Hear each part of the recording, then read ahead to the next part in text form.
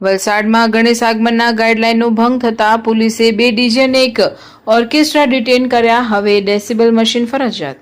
શહેરમાં આગામી ગણેશ ચતુર્થીના પર્વને લઈને શ્રદ્ધાળુઓમાં ભારે ઉત્સાહ જોવા મળી રહ્યો છે. વિવિધ ગણેશ મંડળો દ્વારા ધામધૂમથી ગણેશજીની પ્રતિમાઓનું આગમન કરવામાં આવી રહ્યું છે. આ દરમિયાન વલસાડમાં મોડી રાત્રે 2 ગણેશ પ્રતિમાઓના આગમન વેળાએ ડીજે સંચાલકો અને મંડળો દ્વારા પોલીસની ગાઈડલાઈનનો ભંગ કરવામાં આવતા વલસાડ સિટી પોલીસ એક્શનમાં આવી હતી.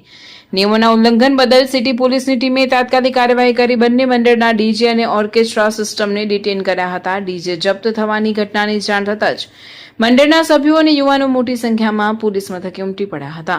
પરંતુ પોલીસે કડક વલણ અપનાવી સ્પષ્ટ શબ્દોમાં ગાઈડલાઈનનું પાલન કરવા તાકીદ કરી હતી. પોલીસે ડીજે સંચાલકોને અપીલ કરી હતી કે સાઉન્ડ સિસ્ટમ નક્કી કરેલી મર્યાદામાં જ વગાડવામાં આવે અને બને ત્યાં સુધી આંખોને નુકસાન પહોંચાડતી જોખમી લાઇટોનો વપરાશ ટાળવામાં આવે.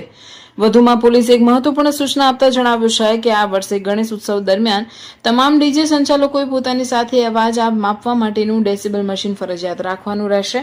અંતે સિટી પોલીસે ભવિષ્યમાં ગાઈડલાઈનનું ચુસ્તપણે પાલન કરવાની ખાતરી સાથે ડીજે સંચાલકો પાસે માફી પત્ર લખાવીને તેમને રવાના કર્યા. પોલીસની આ કાર્યવાહી અન્ય મંડળો માટે પણ લાલબત્તી સમાન છે. અમારી લાઈવ ન્યૂઝ 24 ચેનલને સબસ્ક્રાઇબ કરો. બેલ આઇકોન દબાવો જેથી આવનાર ન્યૂઝ અપડેટ્સની નોટિફિકેશન આપ સુધી સૌથી પહેલા પહોંચે.